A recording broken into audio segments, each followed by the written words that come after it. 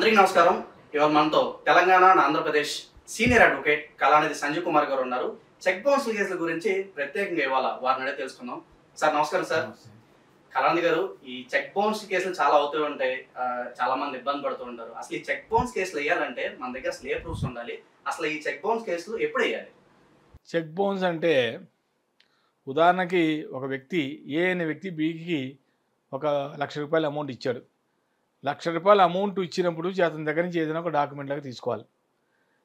కొంతమంది ఏం చేస్తారంటే ప్రామిసరీ నోట్ తీసుకుంటారు, కొంతమంది అన్న చెక్ తీసుకుంటారు. ఎవరైనా గుర్తుపెట్టుకోండి, చెక్ అయినా దాని validity only for 3 months, promissory note అయినా దాని వ్యాలిడిటీ ఓన్లీ ఫర్ 3 years. 3 ఏళ్ల కన్నా దాని ప్రామిసరీ నోట్ పనిచేయదు. ఓన్లీ 3 years వరకే ప్రామిసరీ పనిచేస్తుంది, ఆ తర్వాత పనిచేయదు. ఇది ఎన్ఐ యాక్ట్ అంటారు, negotiable instrument act. NI act కింద వస్తుంది చెక్ బౌన్స్ కేసు.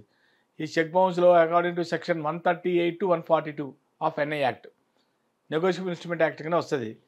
కాబట్టి ఎవరైనా సరే గుర్తుపెట్టుకోండి, చెక్కు తీసుకునే ముందర ₹1,00,000 అన్నప్పుడు 1 lakh ఓన్లీ, ONELAKH ఓన్లీ అని రాసుకొని, వాడు మరి సిగ్నేచరు, కొంతమంది డేట్లు ఇవ్వరు, డేట్లు వేయరు కానీ సిగ్నేచర్ పెట్టేస్తారు.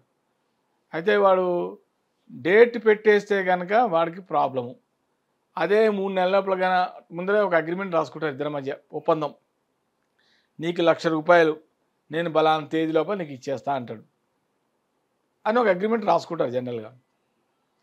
రాసుకొని ఒక చెక్ రూపంలో 1 lakh అతను చెక్ ఇస్తాడు. ఇచ్చిన తర్వాత ఆ డేట్ లోపల కనుక తను కానీ ఇవ్వకపోతే, అమౌంట్ కానీ రిటర్న్ ఇవ్వకపోతే, తను బ్యాంక్ వెళ్ళి అతను డేట్ వేసుకొని చెక్ డిపాజిట్ చేసుకోవాలి. చెక్ డిపాజిట్ చేసుకున్న తర్వాత వేసుకునే ముందర ఒకసారి అతనికి మళ్ళీ ఇన్ఫామ్ చేయాలి. ఇన్ఫామ్ చేసి, ఇలా చెక్కు డిపాజిట్ చేస్తున్నాను, మరి నువ్వు మరి అమౌంట్ నాకు రిటర్న్ ఇచ్చేస్తావా లేకపోతే బ్యాంకులో వేయమంటావా? వాడు ఏమంటాడు, నీ దిక్కునవాడు పోయి చెప్పుకుంటాడు, నా దగ్గర ₹1 లేదు, ₹1 లేదు, నీ దిక్కునవాడు పోయి చెప్పుకో అంటాడు. సరే, వెంటనే అతను బ్యాంకులో డిపాజిట్ చేస్తాడు. అది చెక్ బౌన్స్ అవుతుంది. మరి ఇన్సఫిషియెంట్ ఫండ్స్, డబ్బులు ఉండవు బ్యాంకులో, ఆటోమేటిక్గా చెక్ బౌన్స్ అవుతుంది కదా. చెక్ బౌన్స్ అయిన తర్వాత వాళ్ళు బ్యాంక్ వాళ్ళు ఒక రిటర్న్ రిసీట్ ఇస్తారు. అది చాలా ఇంపార్టెంట్. రిటర్న్ రిసీట్ ఒకటి, ఇతని దగ్గర ఉన్న చెక్ డీటెయిల్స్ ఒకటి, ఇవి 2 ప్లస్ ఇది కాకుండా అతనికి ఒక లీగల్ నోటీస్ అనేది ఇవ్వాలి, సర్వ్ చేయాలి.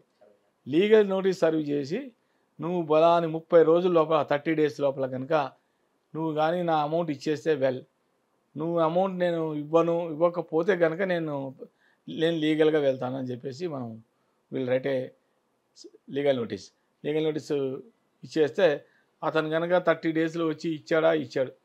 30 daysలో కానీ ఇవ్వకపోతే మీ సమీప జ్యూరిడిక్షన్, ఇప్పుడు నీకు చెక్ ఎక్కడ ఇచ్చాడు ఆ ప్లేస్ దగ్గర కోర్టు ఉంటుంది, ఆ సమీప కోర్టు, ఆ ప్లేస్ కూడా ఎక్కడ ఇస్తున్నా, హైదరాబాదా ఎక్కడ, ఆ ఏరియాలో నువ్వు కోర్టులో దావా వేయాలి.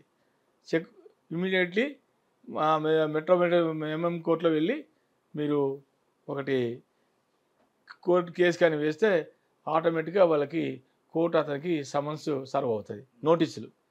నోటీసులు సర్వ్ అయితే వెంటనే అతనికి వచ్చి అతను కోర్టులో వచ్చి సమాధానం చెప్పుకోవాలి. 30 days, 30 రోజులు గడువు. 30 రోజుల్లో కనుక అతను కానీ చెక్కు మర్యాదగా అమౌంట్ ఇచ్చేస్తే ప్రాబ్లం లేదు. లేకపోతే ఒకసారి కోర్టులో కనుక పిటిషన్ వేస్తే అతని మీద లీగల్ నోటీసు సర్వ్ అవుతుంది, సమన్స్ వెళ్తాయి. సమన్స్ వెళ్తున్న తర్వాత తచ్చినట్టు అతను కోర్టుకు వచ్చి హాజరవ్వాలి. హాజరైన తర్వాత ఇంకా తర్వాత కోర్టులోనే చుట్టూ తిరుగుతూ ఉంటాడు. ఇంకా టైం పడుతుంది. చివరిగా అతనికి ఒక టైం బౌండ్ ఇస్తారు. ఆ టైం బౌండ్లో కానీ అతను కానీ ఇవ్వకపోతే కోర్టు దాని మీద లీగల్ యాక్షన్ తీసుకొని మినిమం 3 ఏళ్ళు జైలుకి వెళ్తామని గ్యారంటీ, దాంట్లో ప్రాబ్లం లేదు. ఇది చెక్ బౌన్స్ కేసు. సార్, అది షూరిటీ తీసుకోవడం మంచిదే అంటారా? కొంతమంది షూరిటీలు ఇస్తూ ఉంటారు, అది ఎంతవరకు మంచిది? రిస్క్ ఏమైనా ఉందంటారు దీనిలో? ఎవరైనా సరే ఒకవేళ దగ్గర షూరిటీ ఇస్తున్నారంటే చాలా రిస్క్తో కూడిన పని. సపోజ్ మీరు జనరల్గా ప్రైవేట్ సిట్స్ కంపెనీలో షూరిటీలు అడుగుతారు. ఎందుకంటే వీడు కడతాడో కట్టడో, ఎవడైతే ఒక చిట్టి పాడతాడు కదా, చిట్టి పాడిన తర్వాత ప్రైవేట్ కంపెనీలో గ్యారంటీగా గవర్నమెంట్ షూరిటీస్ అడుగుతారు. ఒక 2 గవర్నమెంట్ షూరిటీస్, ఒక ప్రైవేట్ షూరిటీ అడుగుతారు. గవర్నమెంట్ షూరిటీస్ అంటే ఎవడైనా ప్రభుత్వం దాంట్లో జాబ్ చేసిన వాడు షూరిటీ అడిగినప్పుడు వాడు షూరిటీతో పాటు వాడు పే స్లిప్ ఇవ్వాలి, శాలరీ పే స్లిప్ ఇవ్వాలి.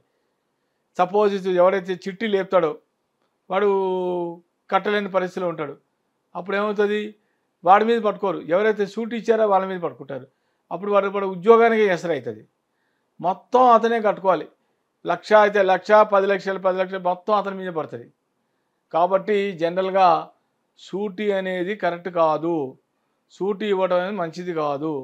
షూరిటీ ఇస్తే దానికి ఎంతో రిస్క్ తీసుకోవాలి, ఎంతో ప్రేమ ఆప్యాయత, మీ యొక్క దగ్గరి బంధువు ఇతనికి షూరిటీ ఇస్తే నాకేం ప్రాబ్లం లేదు మనవాడే అనే రకమైన పద్ధతిలో తీసుకోవటం వల్ల ఓకే. అయినా కూడా ఒకవేళ అతను ఏమైనా ఫెయిల్ అయితే కూడా ఇతను నాకు ఏదో రకంగా రూపంలో అసెట్స్ ఏదో ఆస్తులు ఏదో నాకు ఇచ్చైనా సరే నన్ను కాపాడతాడు అనే రకంగా అయితేనే షూరిటీలు ఇవ్వండి. లేకపోతే మటుకు దయచేసి షూరిటీలు అనేది రిస్క్ తీసుకోకండి. ఎక్కడైనా సరే ప్రైవేట్ చీజ్లో జనరల్ షూరిటీలు అయితే వాడు కూడా చిట్టి ఇవ్వడు. వాళ్ళు మటుకు ఎందుకు రిస్క్ తీసుకుంటారు చెప్పండి. ఇప్పుడు షూరిటీ లేకుండా ఏ చిట్ ఫండ్లో కూడా అది బిజినెసే లేదు. ప్రైవేట్ చిట్స్ కంపెనీలో కంపల్సరీ షూరిటీ తీసుకుంటారు. అంటే కొంతమంది చిట్ ఫండ్స్లో కొత్తగా స్టార్టప్ కంపెనీస్ ఉన్నాయనుకోండి, స్టార్టప్ కంపెనీస్లో వాళ్ళు ఏదో షూరిటీ ఇస్తే చాలే, ప్రైవేట్ కంపెనీ వాళ్ళదైనా చాలే అని తీసుకునే వాళ్ళు ఉంటారు. కొన్ని స్టాండర్డ్ కంపెనీస్ ఉంటాయి, లిమిటెడ్ కంపెనీస్, పెద్ద కంపెనీస్, మా చిట్ ఫండ్స్. అలాంటి చిట్ ఫండ్స్లో మటుకు పోతే వాళ్ళు గవర్నమెంట్ షూరిటీ ఇస్తేనే వాళ్ళు ఫస్ట్ అసలు బిడ్లో కూడా అసలు సబ్స్క్రైబ్లో చేయడానికి కూడా మీకు సబ్స్క్రైబర్గా అసలు ఇవ్వడాడు చిట్టు అసలు అదే రాదు, లెక్కలోకి రాదు. మెంబర్షిప్ కావాలంటే చిట్టి వేసేటప్పుడే వాడు డాక్యుమెంట్స్లో ముందే రాస్తారు షూరిటీస్ ఎవరెవరు సబ్మిట్ చేస్తున్నారు ఏంటని. కాబట్టి రాసుకునేటప్పుడు డీటెయిల్స్ అన్నీ చూస్తారు, ఆ ప్రకారంగా పోతుంది. కొన్ని ప్రైవేట్ మామూలుగా కొత్త స్టార్టెడ్ కంపెనీస్లో అయితే వాళ్ళు షూరిటీస్ ఏదో ఒకటి పర్వాలేదులే, ప్రైవేట్ కంపెనీ అయినా పర్లేదని రిస్క్ తీసుకొని చేసుకుంటారు. కానీ అలాంటప్పుడు షూరిటీ తీసుకున్న తర్వాత ఇతను పాడకపోతే మటుకు ఎవడైతే షూరిటీ ఇస్తాడో వాడి మీదే పడుతుంది అసలు. అప్పుడు వాడు ప్రాపర్టీస్ అటాచ్ చేస్తారు, వాళ్ళ ప్రాపర్టీస్ సీజ్ చేస్తారు. ఇన్ని రకాల రిస్కులు ఉంటాయి. కాబట్టి షూరిటీ ఇవ్వడం అనేది నా ఉద్దేశం అయితే మంచి కాదని నా అభిప్రాయం. సో ఇది సంజీవ్ కుమార్ గారితో మన డిస్కషన్. మొత్తానికి షూరిటీ ఇవ్వడం అయితే చాలా రిస్క్తో కూడిందని చెప్పి కళానిధి సంజీవ్ కుమార్ గారు చెప్తూ ఉన్నారు. మరిన్ని వీడియోస్తో ముందు మళ్ళీ కలుగుతాం.